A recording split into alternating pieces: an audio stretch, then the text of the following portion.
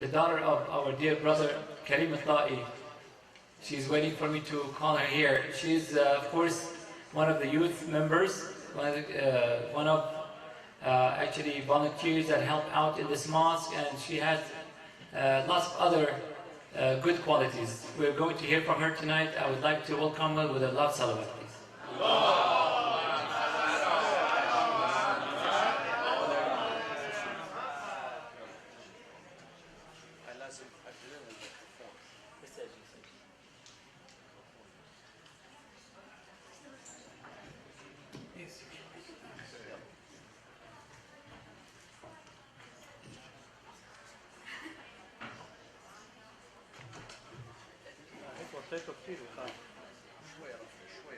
What? Oh, sorry.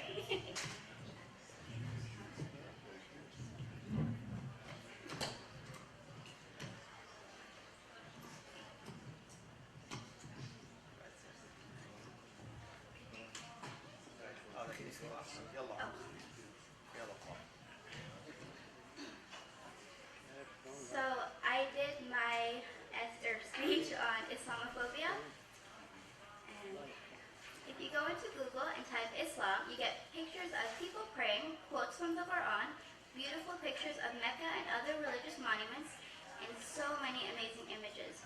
But keep scrolling.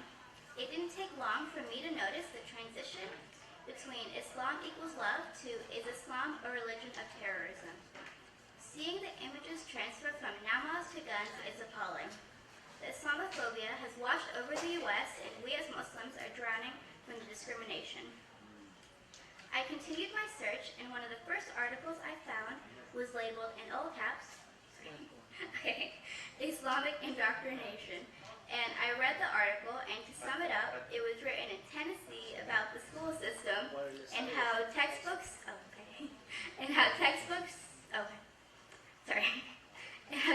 should be altered, and instead of portraying Islam as a religion of peace, children should be taught about ISIS and encouraged the discrimination towards Muslims.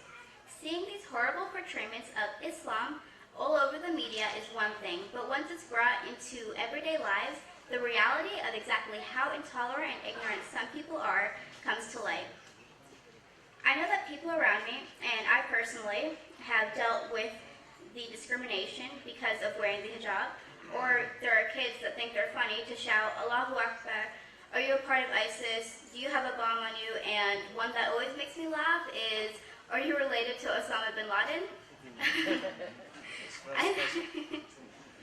I've had these immature children come into the place I work, disturb other customers, and try to record me just because I wear the hijab. Obviously, I know that their actions are foolish and childish, but I didn't exactly have the best reaction. My first instinct, unfortunately, was to flip them off, which just made them laugh, and then I headed to the back room until they left. I know now that I should have ignored them or kicked them out or figure out a better solution to the problem instead of stooping to their level of immaturity. That was the most recent occurrence just last week at the yogurt shop that I work at. The first memory I have of this prejudiceness was in 8th grade when I got a Facebook message that read, "My name is Fatima and I'm going to nuke your country," with a bunch of exclamation marks at the end. All I really remember from that is being really upset and reporting it to the principal, and he ended up getting suspended from school for about a week, I think. So I'm fortunate to only have a few run-ins with these type of situations, but I know people, and I'm not going to call them out by name, who have had adults look at them with disgust in grocery stores or Target, Walmart, or wherever they are, and that person would walk away just because they saw someone wearing the hijab. And then sometimes they'll go and talk to someone else, and they'll say something insulting just loud enough for the person wearing the hijab to hear them.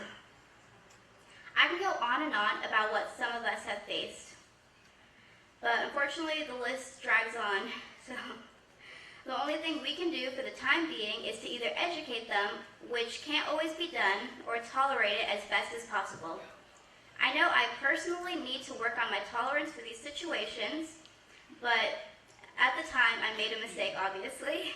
All myself and encourage everyone to make an effort to be the bigger person.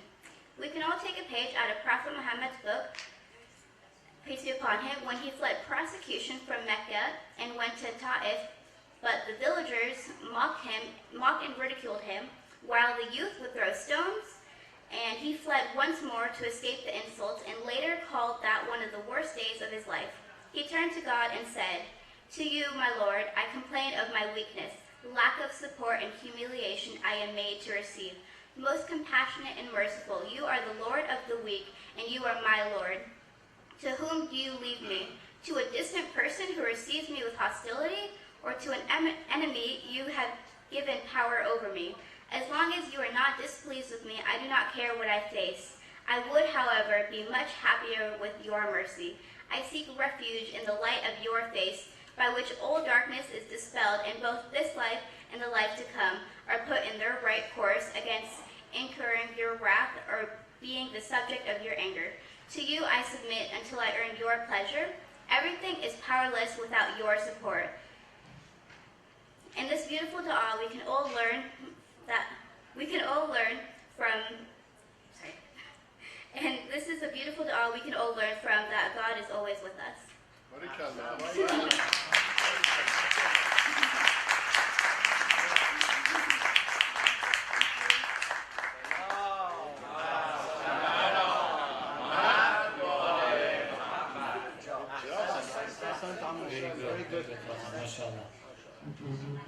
Thank you so much. We hope we see that day that none of our ladies with hijab to be, looked at differently than the other. We need female speakers. Inshallah, yes, absolutely. We have some more female speakers, but we need more. We have about 2 more spaces here. For the conference. Okay, I thought you were talking about this. If you're able to speak for a conference, please see me after the program, because we need actually one individual. What is it? What is it? I don't have the information with me right now, but I have it, see me after the program, inshallah. Tonight, he will announce it? Okay. No, he will coordinate to find the speaker. Oh, okay. For the conference. Okay, perfect. When's the conference? Long Beach. September 30th. We need a female speaker. Tonight dinner was sponsored by 2 of our very respected community members of ours, the family of Sepahi Far, for their very honorable mother who passed away about a year or a couple of years ago, and for the daughter of our dear brother Behnam Qamari. So for their health and prosperity, that both families, please recite Allah salawat.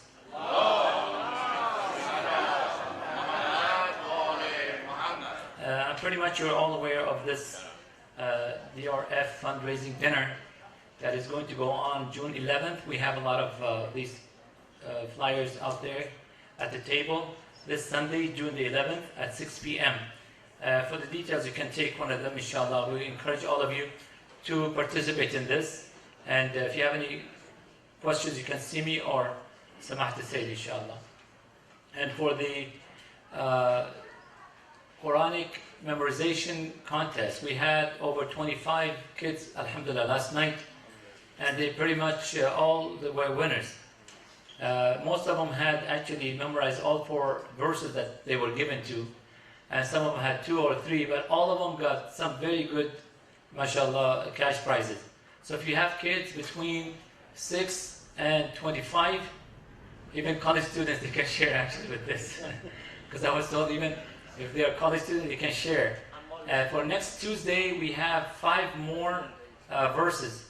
If you need a copy of them to give them to your children, I have a lot of copies provided for you. Please see me after the program so I can give them to you. And I believe that's all for right now, except we have 2 more nights that are empty for sponsorship of the dinners. 2 more nights. If you can help us with that. Although, as you all know, the expenses for the mosque is not just the dinners.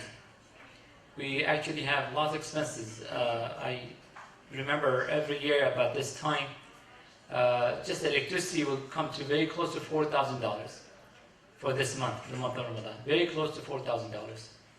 And of course, there are many other, the other cups and plates and stuff like that. So we have a lot of expenses. If you help us out, definitely Allah subhanahu wa ta'ala will help you definitely. And you're helping your own center. So when the box comes around, or if you want to, sponsor any of the nights, please come see me or Mr. Mushtaba, and inshallah we'll take care of it. Don't want to take too much of your time anymore. Please help me out. Invite the Samahat Sayyid Mustafa Al-Qazir to the podium with the last salawat.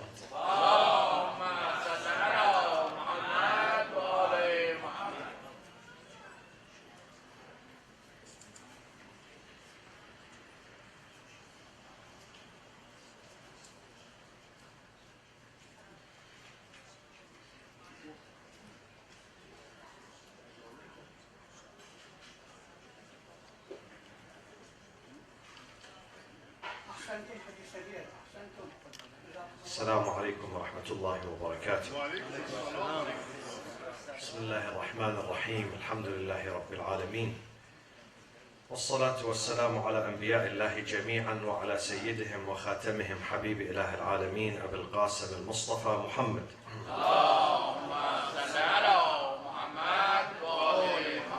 وعلى أهل بيته الطيبين الطاهرين المعصومين الذين أذهب الله عنهم الرجس وطهرهم تطهيرا.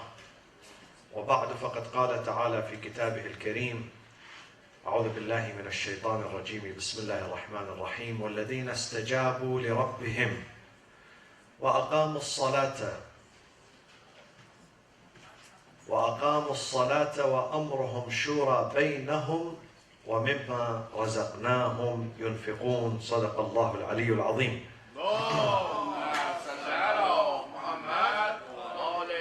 The Islamic community and Islamic society has four structural foundations, four pillars, four main pillars. Pillar number one is the sovereignty of God. They submit to God. These four foundations and pillars are mentioned in this brief verse in chapter 42. Chapter 42 is the consultation chapter, Surah Ash-Shura, consultation. So in this brief verse that I recited, which is verse number 38, chapter 42, verse 38, there are four important foundations for any Islamic community, any Islamic society. For that society to flourish and prosper and provides protection and dignity for its members, it has to have these four foundations. Number one foundation is the sovereignty of God. What does that mean? It means that God is sovereign. وَالَّذِينَ اسْتَجَابُوا لِرَبِّهِمْ. We are responsible before God. God is the highest authority of the society. Because God is a very good God. God does not have a prejudice. God is not unjust. God is very wise. In some countries, the highest political authority, he wakes up at 5 a.m. in the morning and he sends some foolish tweets. Foolish tweets. This is the highest authority. God does not do that. God speaks wisdom. God speaks the truth. God speaks what is good for the entire humanity. And he never discriminates. He never distinguishes between his servants. He loves all people. So we submit to him. This is number one. The first pillar and the first foundation is to submit. استجابوا لربهم. Those who respond to their Lord and they submit to him. They don't argue with him. They understand God. They have good relationship with him. وَالَّذِينَ اسْتَجَابُوا لِرَبِّهِمْ. So that society has to declare, أَشْهَدُ أَن لَا إِلَهَ إِلَّا اللَّهِ. No Lord, no power, no authority in this universe, but it's for God. God is my authority. I follow him. I follow what he says. And God is not going to tell me something wrong. Never, ever. Some people worry about God. How if God tells you to do something wrong? God would never tell me to do something wrong. If he tells me to do something wrong, he's not God. He would cease to be God. God always, وَمَنْ أَصْدَقُ قَوْلًا, who's better and more honest and truthful and accurate and right than God? Nobody. So he doesn't ask me to say something bad. However, sometimes we misinterpret. I know some husbands who beat up their wives. They say, this is what God says. It's in the Quran. Okay? Some people who wants to do some injustice and corruption, they attribute that to God. But God never says these things. God is the God of justice and dignity and love and respect for the entire humanity, not just for the Muslims. وَلَقَدْ كَرَّمْنَا بَنِي آدَمَ. We bestowed karama, value, honor upon the children of Adam. Even if they don't believe in me, it's okay. God says it's okay. Leave them alone. Leave them alone. Do not harass them. فَمَنْ شَاءَ فَلْيُؤْمِنْ وَمَنْ شَاءَ فَلْيَكْفُرْ. We present religion. Whoever wants to come and follow, he's welcome. Whoever wants not to follow, he's welcome too. But there is a day of judgment. There is a day of judgment. We will be held accountable. Here, do not harass them. Do not punish anyone if he's not worshipping God. Don't. Leave them alone. Let's give people a freedom of choice. Freedom of choice, my friends, is the most precious gift God has bestowed on us. Freedom of choice, believe me. In some societies where they do not have freedom of choice, they treat people like animals. Animals. They have no value. Only the sultan, the king, he wastes the wealth of the nation. He gives billions of dollars to purchase junk, and he calls this junk weapon without consulting his people, without asking his people. People have no opinion. Why? Because he treats the land and the oil his own property. His own property. Treating people like animals. They have no free choice. This is not an Islamic society. Even if they pray not 5 times a day, 50 times a day. This is not an Islamic society. The second pillar of the Islamic society, وَأَقَامُوا الصَّلَاةِ. Why do we have to pray? Because we need to pray. Why do we have to eat?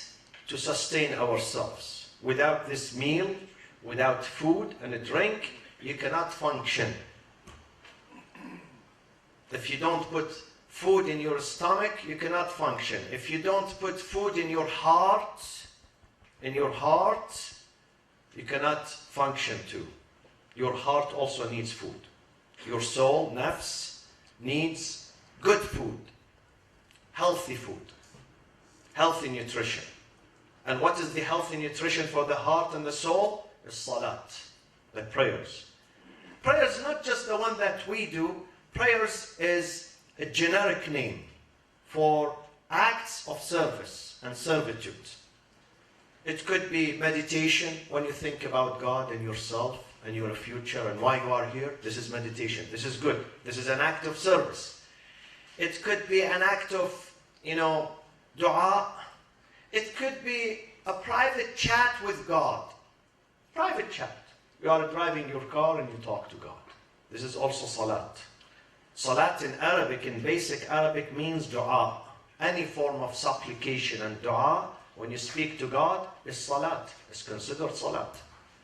You need this to keep yourself strong. If you don't have a strong friend in the community, you cannot move forward.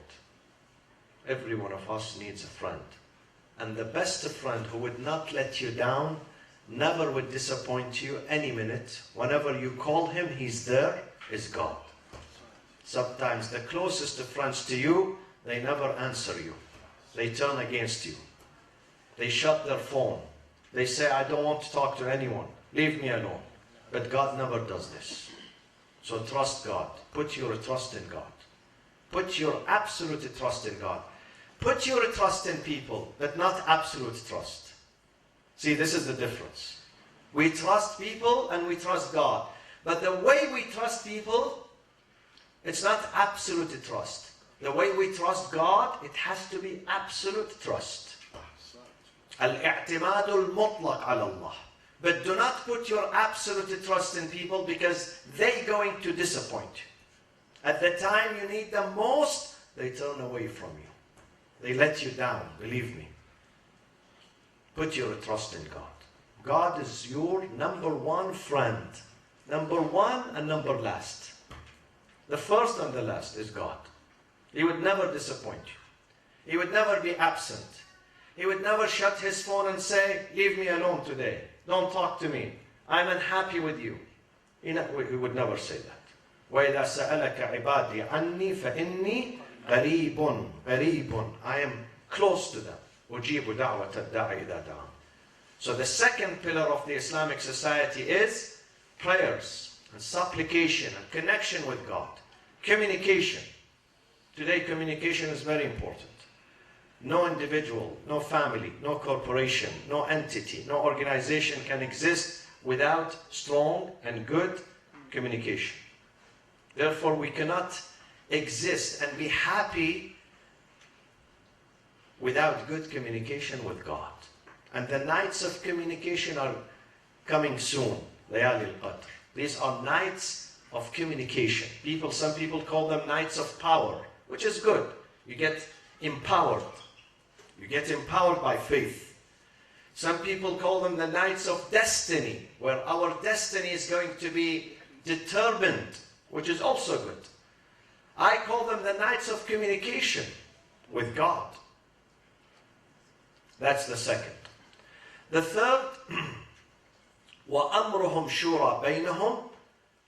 I'll put this on the shelf for 2 minutes, and I'll go to the fourth one. I'll come to the third one. أَمْرُهُمْ شُورَى بَيْنَهُمْ. The fourth one, وَمِمَّا رَزَقْنَاهُمْ يُنْفِقُونَ. With the prayers has to come spending. Prayers alone does not work. Prayers is between you and God. But God says, you have also to establish people with relationship with people who are around you. Through infaq, through spending, through reaching out to people around you. Especially the poor and the needy. You have to pay attention to them. You have. In the month of Ramadan, if you don't do this throughout the year, in the month of Ramadan, remember, in your country, back home, in your village, here, somewhere else, this family, this group, those orphans, those disadvantaged, those forgotten, they need help. Pay attention to them. It makes you more human. When you pay attention to the less advantaged, you become more human. You start enjoying life more and more and more. You don't get depressed, believe me. The best solution for depression is spending, is giving to others, sheltering others. The more you shelter, the more you save, the more you protect, the more you share, the more you pay attention, the happier you become. Many people get depressed. They have money. They have money and they have friends, but they are still depressed. And many people don't have many friends. Neither much money, but they are always smiling and always optimistic and always happy and always energetic and always working because they share. And this is a verse in the Quran. This is not my theory. Don't think that I'm creating these theories. This is خذ من أموالهم صدقة تطهرهم وتزكيهم بها وصل عليهم. صل عليهم, when they give charity, bring them peace. Salat is peace. وصل عليهم إن صلاتك سكن لهم. Ya Rasulullah, when you pray for them, it brings second. Second means tranquility and peace. سكن لهم. So when they pay charity, you pray for them, and your prayers is turning into into tranquilizers, spiritual, not material, not pills that you purchase them from the pharmacy, antidepressants, no. Tranquilizers, spiritual tranquilizers. Inna salataka sakanun lahum. Brings them peace and happiness and joy. So reach out to others, especially in the month of Ramadan. I know our soul tells me, no, don't spend, don't give, keep it, save it, but don't listen. Here, don't listen to your soul. Don't listen to your soul. Then we come to the third pillar, which I jumped. Now I go back to it. وَأَمْرُهُمْ شُورَى بَيْنَهُمْ. أَمْرُهُمْ, their affairs in the community has to be a consultation among them. Consultation is against dictatorship. Beginning with the family. In the family is made of a father and a mother, husband and a wife, and children, whether 1 or 5 or more. They have to implement consultation, shura. Shura. Shura means that they have to speak to each other and they have to consult. And when something important comes up, they have to discuss it. The husband has to discuss that with his wife. The wife has to discuss that with her husband and her kids. They have to discuss it. They have to give their opinion. This is the adab, the manners, the teachings of this book. In the family, when you have something important, when you are about to make an important decision, you have to get them on board. Members of the family, they have to sit and discuss this. Discuss it among themselves. They should not make a decision, hasty decision with no consultation. This is called dictatorship. We think dictatorship is only in the presidential palace, only in politics. No, sometimes it's in the family. In the family, one of them. Sometimes the father, sometimes the mother. Sometimes one of the kids, their son, their daughter. They make decisions without consultation. This is not good. وَأَمْرُهُمْ شُورَى بَيْنَهُم. They should consult. مَا خَابَ مَنِ اسْتَشَارَ يقول أمير المؤمنين عليه الصلاة والسلام. Someone whose habit is to consult is not going to be disappointed. مَا خَابَ. Always he or she would reach the best answer, the best solution. So this is on the family level. You come to the community level also, whether it's a masjid, community center, corporation, whatever it is, they have to consult. They have to reach the decision through consultation, through asking people, surveying people. What do you think? What should we do? Something good in America during the elections, these ballots that goes to the elections and you give your opinion about it, whatever it is, something that is relevant to your life, it touches your life. So they ask the people. In other countries, they never ask you. All of a sudden, the mayor or the prime minister or even whatever, someone who serves tea, in the qahwa he has more power than people. They come up with a decision, nobody knows about it. People wake up in the morning, this thing happened, that thing happened, nobody consulted them. Like Saudi Arabia. Saudi is a good example for this. The king, he wants to stay in power, and Al Saud, they want to save their seat. They give $110 billion. Let the people die of whatever. Let people go to hell. They don't care. $110 billion. Okay? One signature. This is un-Islamic. This is treating people like goats. Goats, not a human being. And people here should revolt. If they are really human and they have dignity and honor, they have to say something. So consultation is important. And then consultation is not only by the leader See, the Quran says it is reciprocal.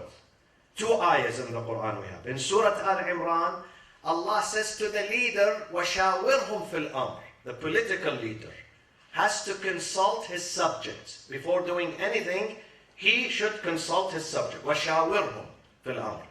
In Surah Al-Shura, it says, وَأَمْرُهُمْ شُورَى بَيْنَهُمْ. The people have to advise the leader. It is reciprocal. Both. The leader should advise his subjects, and the subject should advise the leader. Reciprocal. Not from one side. Both sides. Meaning the leader should listen to his people's aspirations and comments and feedbacks on these issues before making a decision. And they also should listen to him sometimes. وَأَمْرُهُمْ شُورَى بَيْنَهُمْ. And if we do not implement shura, my friends, in our societies, we are not going to move forward. Believe me, we're going to remain backward communities. Backward communities. Now, there are certain places, Quran says, here in these certain areas, there is no consultation. What are these areas? Matters of religion. Whether the prayers should be 5 times a day, or we increase it to 7 times, or we reduce it to 3 times. This is not our business. Here, there is no room for consultation. Whether the month of Ramadan should be 30 days or make it 60 days, because we are enjoying the iftar, mashallah, here in the masjid. Let's make it. One time I went to a community in another state, and they were happy, 30 nights, mashallah, Ramadan. They were collecting money, and the iftar was good. So they said, Sayyid, can we go on and for another 30 days? I said, no, I want to go back to my wife and my kids. You stay here another 30 days. Yeah. Here, we cannot make shura here. Here, Allah said, this is the number, and I am giving you the text. And one of the areas that there is no shura, God is not going to consult the people regarding that matter, is the concept of what? Imama and Khilafah. God says, listen, I have experience. No matter how you choose, listen, before I say this, there is a difference between a president of a country, prime minister, and the imam. Big difference. Imam is appointed by God, divinely appointed. This is a divine office. The president is not a divine office. For the president, you may elect the president. Islam does not say don't go to the ballot box, don't elect a president, don't elect prime minister, don't elect this political party. No, participate. But Islam says this is different from that office. That office is permanent. That office is made and created and chosen and appointed by God. While these offices here, this president and that president, we make them today, tomorrow we dismantle them. People today, they elect this president, tomorrow they may impeach him because he commits something gross. He violates the Constitution. So there is a difference. There is a difference. Because someone tells me that for a country in Islam, do you want God to appoint the president? No. No, God doesn't appoint a president. God says, you people, you decide. This is a small office, limited office. We are speaking about imama and khilafah, which is universal, not regional or local, universal. Inni ja'iluka linnasi imama, for mankind, not just for this country or that country. Here, the difference between the two schools, the school of Ahlul Bayt and the school of the companions, is that we believe that this office is not opened for shura or consultation. And this is exactly what the greatest scholars of Sunnis acknowledge. I read for you what Al-Imam al-Razi. Razi is the greatest ever Sunni scholar, mufassir of the Quran, exegist on the Quran, the Razi. Tafsir al-Razi is the greatest. He says in his book, he says, when God sent a text and he says, you have to do this, we cannot contest that or counter it with our own opinion, with our own ijtihad. Ijtihad means juristic reasoning, the reason of the jury, the reason of someone who's expert. You cannot counter it because there is text there. God says, I am telling you to do this. You can't come and say, let's open it for consultation. I have given you the answer. My answer is very plain, very clear. You have to do this. So you can't open it for discussion. And one of these areas is the area of Khilafah and Imam. Where is the evidence? Some people are going to ask you about the evidence. Where is the evidence that the Imam has to be appointed by God, or the Caliph has to be appointed by God, and there is no room for consultation or shura? The evidence is in the Quran, in Surah Al-Qasas, chapter 28, verse 68. وَرَبُّكَ, listen to this. وَرَبُّكَ, your Lord. يَخْلُقُ, creates. يَخْلُقُ مَا يَشَاءُ, whatever he likes. وَرَبُّكَ يَخْلُقُ مَا يَشَاءُ وَيَخْتَارُ, and he chooses for leadership.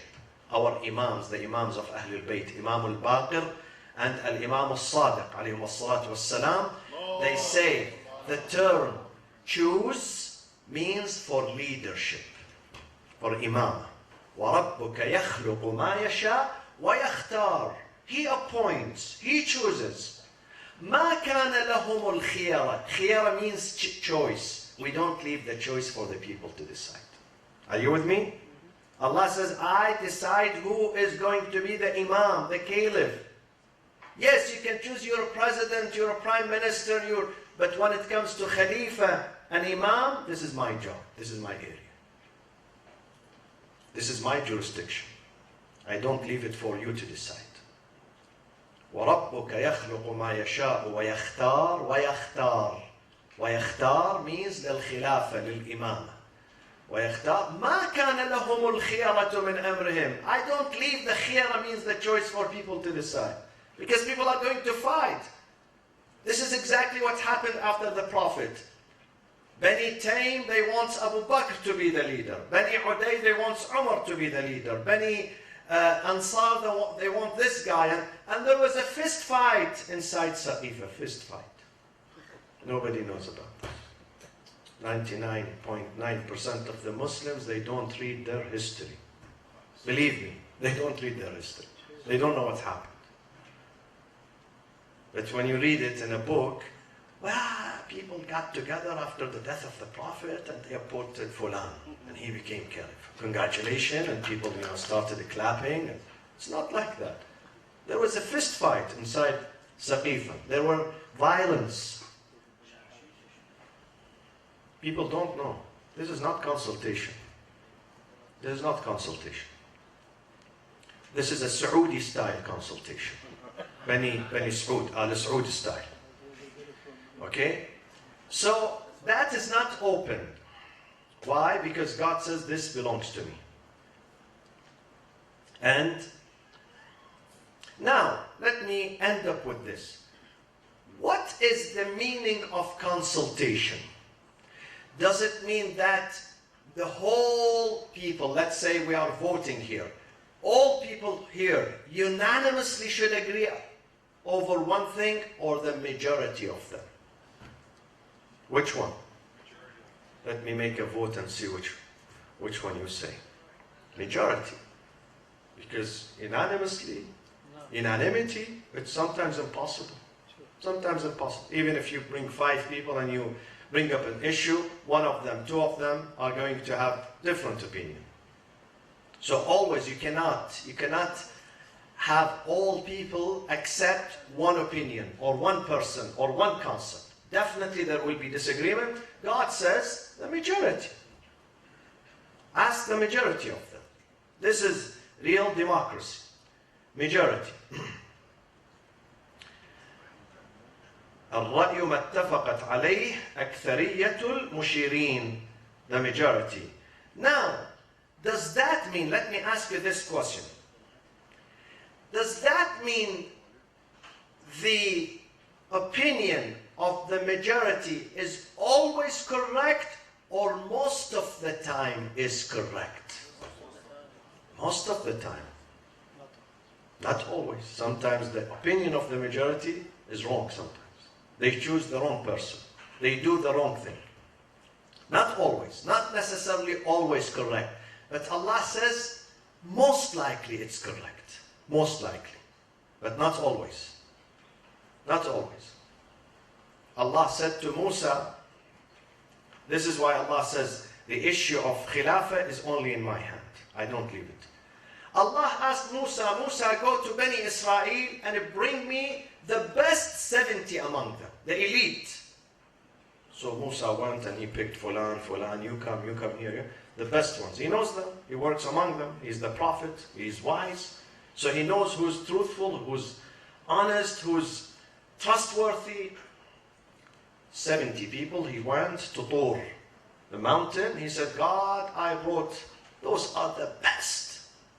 What they say, the cream of the crops. What they say? Of my community. So those are the best. Allah said, good.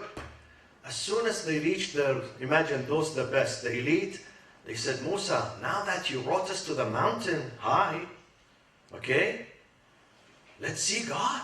We want to see Him. Imagine those the best, they want to see God. What would you say about the worst? The best who came here, Arina Allah Jahra. They said to Musa, Allah said to him, Musa, those are the best in your community and they are asking you to see me? Where is their aqidah? Where is their ideology? Where is their belief? Okay? So, always we don't know whose. Sometimes we make a decision, but not necessarily is the best. However, we still have to consult. We still have to consult and we learn from the Prophet. And I conclude with this hadith. ما رأيت, one of the companions says about the Prophet, ما رأيت أحدا أكثر مشورة لأصحابه من رسول الله صلى الله عليه وآله وسلم. I have never seen in my life someone who always consult people who are below him. Even in intelligence, they are below him. Even in education, they are still below him. But yet he goes and he asks them, what do you think about this? What should we do about this? What should we do? You know, in the battle of Uhud, the Prophet said, Quraysh are coming to attack us. So my opinion is to stay in town. Once they invade the town, we can ambush them. We are good at ambushing them. But the Sahaba, the majority of them, they said, no, Ya Rasulullah. We believe that we have to go outside the town. Okay, we confront them outside. The Prophet said, our number is smaller than their number. We cannot confront them. But the best way is like the guerrilla fighting, okay? Guerrilla wars. Have you seen them on movies? So when they come inside, we ambush them. They said no, they refused. So the Prophet said, okay, I will go with the opinion of the majority. Imagine, Rasulullah. He said, okay, if you don't listen to me, I would listen to you. So they went outside, and you know what happened? Our Muslims were defeated. But still, Allah said to the Prophet, this incident should not make you stop consulting. Ayat al-Shura came after the Battle of Uhud, meaning that, Ya Rasulullah, despite the defeat, despite you listening to them, and they were defeated, they were wrong, you were right, still, وَشَاوِرْهُمْ فِي الْأَمْرِ. So please learn this in your family. As a father, as a mother, as a son, as a daughter. Consult family members. If you work in a company, in a shop, in a corporation, wherever you work, with whomever you deal, consult. consult. Make the concept of shura. Ironically, today, in the most dictatorships, they have consultative bodies. Saudi Arabia, do you know that? They have Majlis al-Shura, which has, alhamdulillah, the only thing they eat dates and they drink coffee, alhamdulillah. That's their job. It's a figurative decoration. Decoration is not real. Not real. Not real. And we also, some masajid, Islamic center, they have board, they have consultative, but they don't consult. This is not good. When you do this, you have to consult. It has to be genuine. It has to be real. You have to have value for those, even if they disagree with you. Even if people disagree, they say your opinion, they say something else. Still, you have to have openness and tolerance to accept people even when they disagree with you. Allahumma aghfir lil mu'minina wal mu'minat wal muslimina wal muslimat al ahya'i minhum wal amwat tabi'an lahum baynana wa baynahum bil khairat. My friends, Haj Samir mentioned about this. This fundraising is for the hospital. Hospital of Imam al-Mahdi took, Imam al-Hujjah in Karbala, took 10 years to build. From 2007 until 2 weeks, exactly 2 weeks ago, 2017. 10 years and $30 million. And the hospital is treating people who are poor, needy, orphans, free. And healthcare in Iraq is not cheap. It is expensive. But the hospital is treating them and giving them medicine, so they don't spend any penny. Poor, needy, and orphans. So if you'd like to give some charity, this is a worthy cause. On Sunday, 11, at this hotel, DoubleTree by Hilton in Irvine. We will see you there at 6:30, inshallah. Please raise your hand. Let's recite Amman Yujib al-Muftar for many people, especially our dear sister Hajja Fatma Saleh, who really needs your dua and your istighatha during these holy nights of Ramadan. أعوذ بالله من الشيطان الرجيم. بسم الله الرحمن الرحيم. أمن يجيب المضطر إذا دعاه ويكشف السوء. أمن يجيب المضطر إذا دعاه ويكشف السوء. أمن يجيب المضطر إذا دعاه ويكشف السوء. أمن يجيب المضطر إذا دعاه ويكشف السوء. أمن يجيب المضطر إذا دعاه ويكشف السوء. يا الله من على مرضانا بالشفاء والعافية، المريضة المنظورة، اللهم البسها ثوب الصحة والعافية، وعجل في فرج سيدنا ومولانا صاحب العصر والزمان.